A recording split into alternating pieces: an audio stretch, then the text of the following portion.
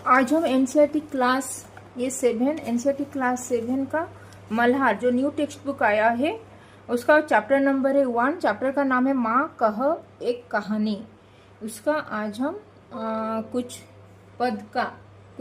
पंक्ति का भावार्थ के बारे में जानेंगे। तो यहाँ पे दिया गया है माँ यह कह एक कहानी। ये लिखे हैं मैथिली चरण गुप्ता जी के द्वारा लिखा गया है। एक हिंदी कविता है जो ये राहुल यानी कि जो सिद्धार्थ यानी कि गौतम बुद्ध का और उनके माँ के साथ उनका जो संवाद हुआ था उसके बारे में यहाँ पे ये कविता के माध्यम से मैथिली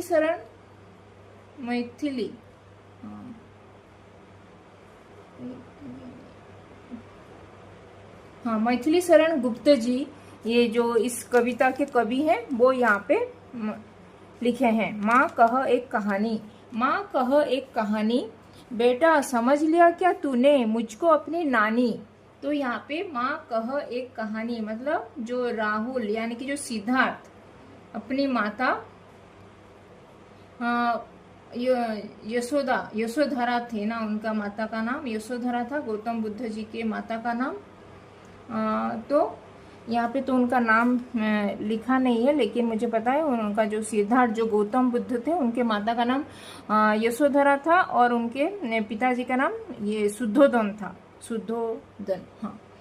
तो यहाँ पे वो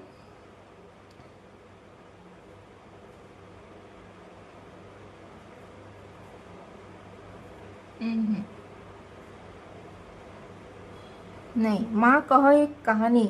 तो यहाँ पे जो ये गौतम बुद्ध सिद्धार्थ जी के बेटे राहुल और उनके माता यशोधरा के बारे में यहाँ पे संवाद लिखा गया है।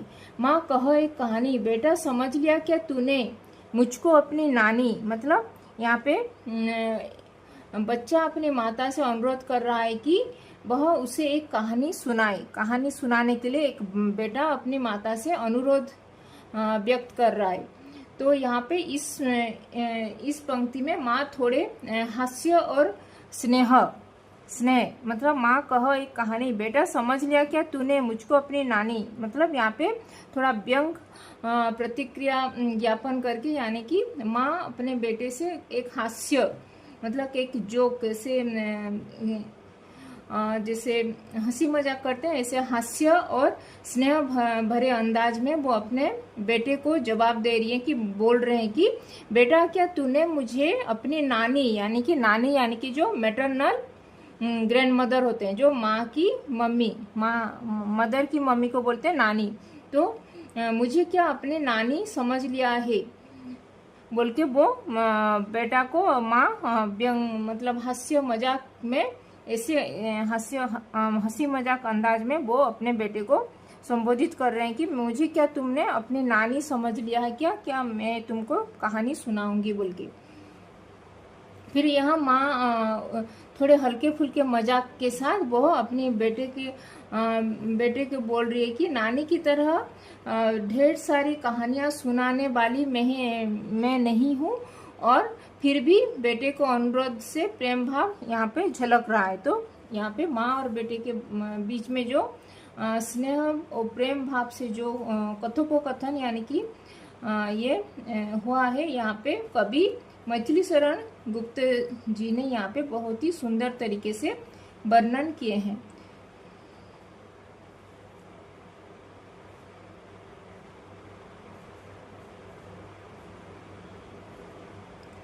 बच्ची यहाँ पे बेटा का मासूम भरे अनुरोध अपनी माँ को स्नेहपूर्ण से हंसता खेलता उत्तर से वो अपनी माता बेटे को संवाद में वो माँ और बेटे के मधुर संबंध और अपने आपसी प्यार को यहाँ पे दर्शाए हैं ये जो कवि मैथिली शरण गुप्त जी ने। चाहे तो मैं इसका थोड़ा और सुंदर फिर यहाँ पे दिया है कहती है मुझसे यह चेटी तू मेरी नानी की बेटी, कह माँ कह लेटी ही लेटी। तो यहाँ पे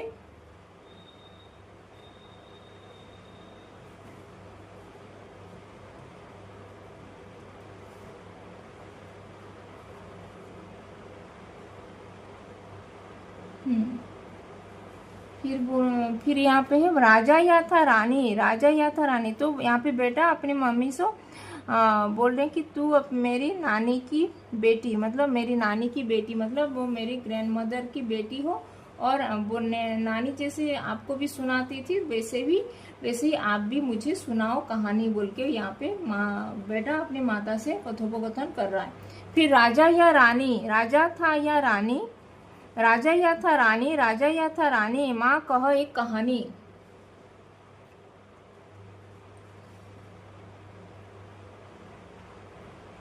इस पंक्ति में बच्चे को जिज्ञासा, उत्साह और मासूम जीत को दर्शा रहा है। यहाँ पे वह जानना चाहता है कि कहानी में वो कौन था, राजा या रानी।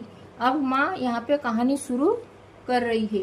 तो तू है हटी मानधर मेरे, सुन उपवन में बड़े सवेरे, तात भ्रमण करते थे तेरे। तो यहाँ पे वो माता अपने बेटे से कह रही है कि तो अभी तुम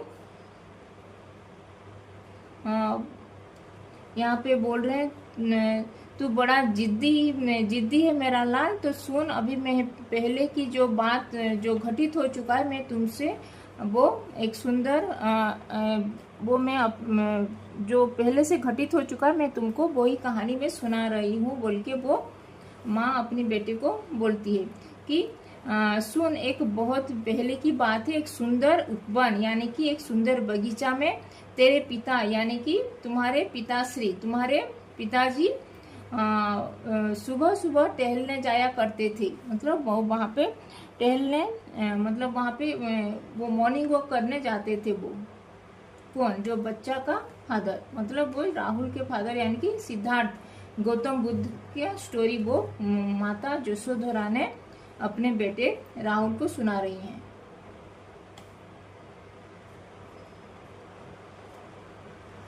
तू है हटी मानधर मेरे, सुन उपवन में बड़े सवेरे। तो सुन उपवन में यानी कि बगीचा में तुम्हारे बड़े सवेरे, बहुत ही मॉर्निंग में सवेरे, तात भ्रमण, तात यानी कि पिताश्री, तुम्हारे पिताजी भ्रमण करते थे तेरे, मतलब तुम्हारे पिताजी वो भ्रमण करने के लिए सुबह जल्दी उठकर वो उपवन में, एक सुंदर उपवन में जो यहाँ पे है, तो वहाँ पे वो भ्रमण करने के लिए, टहलने के लिए जाया करते थे।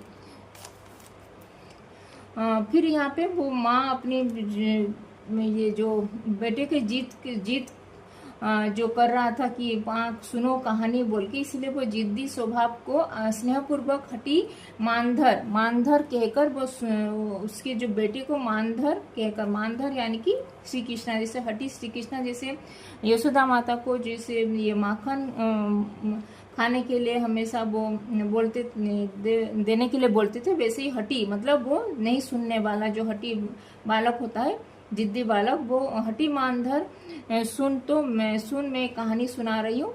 जो जिद्दी मानधर मेरा प्यारा बेटा फिर एक पूरी पुरानी बात जो घटित हो चुका है उसको याद दिलाते हुए मैं तुमको एक कहानी सुना रही हूँ, बोल के वो बोलती है कि एक हमारे जो उपवन बगीचा में तुम्हारे पिताश्री सुबह जल्दी उठकर वो वहाँ पे घूमने के लिए, यहाँ पे भ्रमण करने के लिए जाते थे। तो यहाँ पे बच्चे की उत्सुकता और माँ के स्नेह से भरे उत्तर, साथ ही जो भावनात्मक और कल्पनात्मक जो एक भाव के माध्यम से वो यहाँ पे कवि मैथिली शरण गुप्त जी ने यहाँ पे बहुत ही सुंदर तरीके से वर्णन किए हैं। तो अगर चाहे तो वो इसको पूरी बहुत ही सुंदर तरीके से यहाँ पे मैथिली शरण गुप्त जी ने यहाँ पे लिखे हैं। तो जहाँ सुरभि मनमानी, हाँ माँ यही कहानी। तो यहाँ पे जो सुरभि यानी कि जो सुगंध फैलाता है, सुरभि यानी कि सुगंध।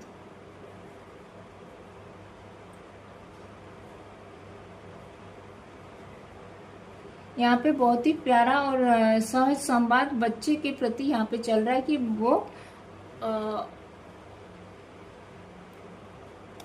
जहाँ सुरभि मनमानी, हाँ माँ यह कहानी, बन के फूल।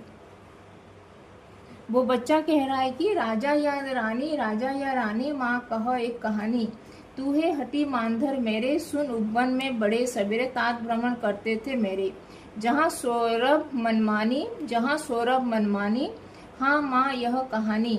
तो यहाँ पे कवि, यहाँ पे जो मैथिली शरण गुप्त जी ने यहाँ पे दर्शा रहे कि बच्चा कहानी में इतना डूब जाता है कि वह हर बात पर सवाल करता है कि माँ के शब्दों को पकड़कर उसने आगे की बात खींचने लगता है। माँ कहती है कि जहाँ जहाँ सुरभि शरारती या मनमोजी मनमानी करते थे, जहाँ शरीफ संभवतः कोई पात्र है, शायद कोई जानवर जैसे बंदर, हिरन या कोई काल्पनिक जीव जो बहुत शरारती था और मनमानी करता था।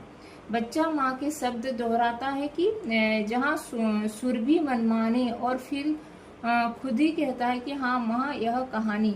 इस पूरे संवाद में माँ बच्चे को जो जिज्ञासा और चंचलता और माँ की ममता भरी कहानी कहने की शैली यहाँ पे झलक रहा है। बच्चा खुद कहानी के पात्रों को पकड़कर माँ से और सुनने को कहता है। यह एक सुंदर माँ और बेटे के प्रति जो संवाद यहाँ पे झलक रहा है कि जिससे कल्पना और प्रेम भाव का यहाँ पे दर्शा रहा है यहाँ पे इस पंक्ति में। फिर बर्न बर्न के फूल खिले थे, झलमल झिलमिल कर हिम बिंदु झिले थे, हल्के झोंके हिले हिले थी।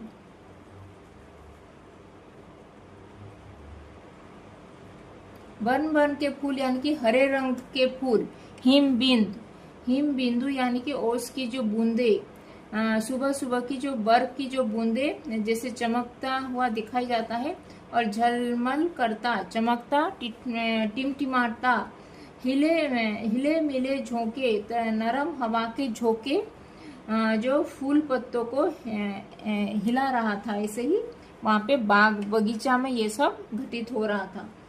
फिर यहाँ पे जो उपवन के दृश्य के बारे में यहाँ पे कवि यहाँ पे सुंदर भाव से प्रकट किए हैं यहाँ पे इस कविता, इस पंक्ति में। बर्न बर्न के फूल खिले थे, झलमल कर हिमबिंदु झिले थे, हल्के झोंके हिले मिले थे। तो यहाँ पे इस पंक्ति में बहुत ही सुंदर और मनोमोहक वो उपवन का दृश्य था। हरे रंग के फूल खिले हुए थे, हरे रंग ग्रीन कलर का फूल वहां पे खिला हुआ था वो बाग बगीचा में, और उन पर जो ओस की बूंदे, जो ये जो हिम यानी कि जो ओले जो गिरता है ये पौधे के ऊपर, वो ओस की बूंदे वहां पे हिम बिंदु सूरज की रोशनी में झिलमिला रहा था, जैसे मोती चमक रही हो, जैसे हिम बिंदु सूरज की किरणें से झिलमिला रहा था तो जैसे मोती चमक रहा है जैसे दिख रहा था। और साथ ही साथ नरम नरम हवा के झोंके भी धीरे धीरे फूल और पत्ती को हिला रहे थे, जिससे पूरा वातावरण बहुत ही सुंदर, शांत और सुगंधित और सुखद लग रहा था। तो यहाँ पे सुबह सुबह जो बाग में रंग बिरंगे फूल खिले थे, उन पर जमी ओस की बूंदे सूरज की किरणों में चमक रही थी। फिर मंद मंद जो हवा के झोंके फूल पत्ती पर गिरने से वो फूल भी और पत्ती हिल रहे थे और वो चारों ओर सुगंधित फैला रहे थे। तो इस पंक्ति में बहुत ही सुंदर प्राकृतिक दृश्य यहाँ पे चित्रण किए हैं कवि मैथिली शरण गुप्त जी ने। मैथिली शरण गुप्त। फिर लहराता था पानी, लहराता था पानी, हाँ यही कहानी, गाते थे खग फल कलकल स्वर में से, सहसा एक हंस ऊपर से गिरा बिंदु होकर स्वर से। तो यहाँ पे लहराता था पानी, लहराता था पानी, हाँ यह कहानी। तो यहाँ पे जो वहाँ पे एक पानी लहरों के साथ होले होले बह रहा था पानी का, यानी कि एक छोटा सा ये पॉन्ड जैसे एक झील, मतलब एक जो पानी का जो फव्वारा था वहां पे गिर रहा था, और वहां पे पानी लहरों के साथ होले होले बह रहा था। फिर बच्चा बहुत ही उत्सुकता से वो उसको बात दोहराता कि माँ पानी लहराता था, माँ पानी लहराता था बोल के यहाँ पे कवि लिखे। तो इस यहाँ पे जो प्रकृति का चित्रण वहाँ नहीं है, बल्कि यहाँ पे जो माँ और बेटे के प्रति जो कल्पना में जो हो रहा था वो यहाँ पे माँ बेटे को बोल रही है, दर्शा रही कि बच्चा माँ की तरह हर बात पर चकित और रोमांचित हो रहा है और पानी लहराता था, फिर भी और फिर खुद ही स्वीकार करता था कि यह सब कुछ कहानी का हिस्सा है जिसे वह पूरी तन्मयता से वो जी रहा था। मतलब वो इमेजिनेशन में वो देख रहा था कि क्या क्या घटित हुआ था बोल के। तो इसमें पानी का इस कहानी में वो पानी का दृश्य यहाँ पे आता है, जो लहरों के साथ वो बह रहा था। वो बच्चा अपनी माता को कल्पना में खो जाता है। जो माता अपने बेटे को जैसे बोल रही थी, वो बच्चा भी अपनी माता की कल्पना में वो खो जाता है और उत्साह से वो माँ की बात को दोहराकर वो खुद ही कहानी का हिस्सा बन जाता है। तो इसमें तो गाते थे खग कलकल स्वर से, सहसा एक हंस ऊपर से गिरा बिंदु होकर स्वर स्वर से। तो खग यानी कि पक्षी। तो यहाँ पे शांत और सुरम्य वातावरण में जहाँ प्रकृति अपने सौंदर्य में लीन थी, अचानक हिंसा की एक घटना घटित होती है। एक हंस जो आकाश में उड़ रहा था, उसे किसी ने वो अपने तीक्ष्ण जो बाण से घायल कर गिरा दिया था। इस पंक्ति में केवल दृश्य की नाटकीयता को बढ़ाती है, बल्कि उस नाजुक संतुलन का भी दर्शाती है। तो यहाँ पे जब पक्षी मधुर स्वर में गा रहे थे, तो अचानक एक हंस जो खग यानी कि हंस एक ऊपर से आकर नीचे गिरता है और उसकी जो वहां पे उसके बाण लगे हुए थे उसको, और घायल होकर वो नीचे गिर पड़ा था। तो इस कविता में इस पंक्ति में एक नया मोड़ लेके आता है कि जहाँ शांत वातावरण वो नाटकीय घटना घटित होती, तो वहां पे एक घायल पक्षी नीचे गिरता है घायल होकर। तो यहाँ पे गिरा बिंदु होकर स्वर स्वर से।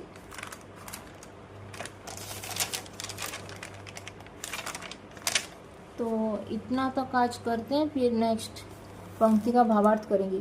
तो यहाँ पे कुछ डाउट है, कुछ शब्द के अर्थ नहीं जान पाए हो तो कमेंट में लिख सकते हो। और अभी तक चैनल को सब्सक्राइब नहीं किया तो हिंदी पाठमाला विथ ममता चैनल को सब्सक्राइब कर देना और इस वीडियो को भी लाइक और शेयर कर देना। ये था एनसीईआरटी का जो न्यू टेक्स्ट बुक आया है क्लास 7 का। अभी दिस ईयर एक न्यू टेक्स्ट बुक ये रिलीज हुआ है क्लास 7 का, मल्हार। जो बुक का नाम है मल्हार, जैसे क्लास 6 का लास्ट ईयर आया था मल्हार, उसी का क्लास 7 का ये मल्हार। चैप्टर नंबर 1 माँ कह एक कहानी, जो मैथिली शरण गुप्त जी के द्वारा लिखा गया है। ये हिंदी कविता है जो राहुल, जो सिद्धार्थ गौतम जी के पुत्र राहुल अपने पिताजी के बारे में जान रहे हैं, वो अपनी माता से सुन रहा है कहानी के माध्यम से। जो गौतम बुद्ध जो सिद्धार्थ के साथ जो घटित हो चुका था, वो जो यशोधरा अपने बेटे राहुल को सुना रही थी। तो ये था माँ कह एक कहानी का कुछ पंक्ति का भावार्थ। आगे का पंक्ति का भावार्थ नेक्स्ट वीडियो में जानेंगे। तो यहाँ पे तो धन्यवाद, थैंक यू।